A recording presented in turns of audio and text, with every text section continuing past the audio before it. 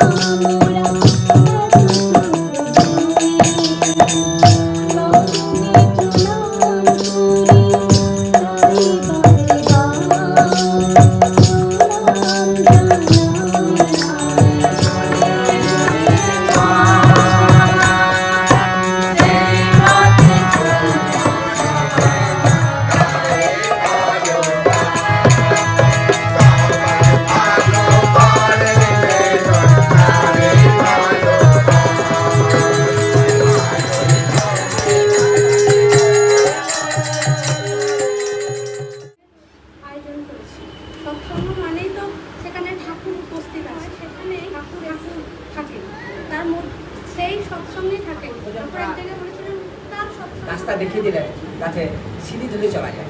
এত সহজ আমাদের সৎসঙ্গ জগতের, এত সুন্দর, এত সহজভাবে ছাড়া কিছু চলে না।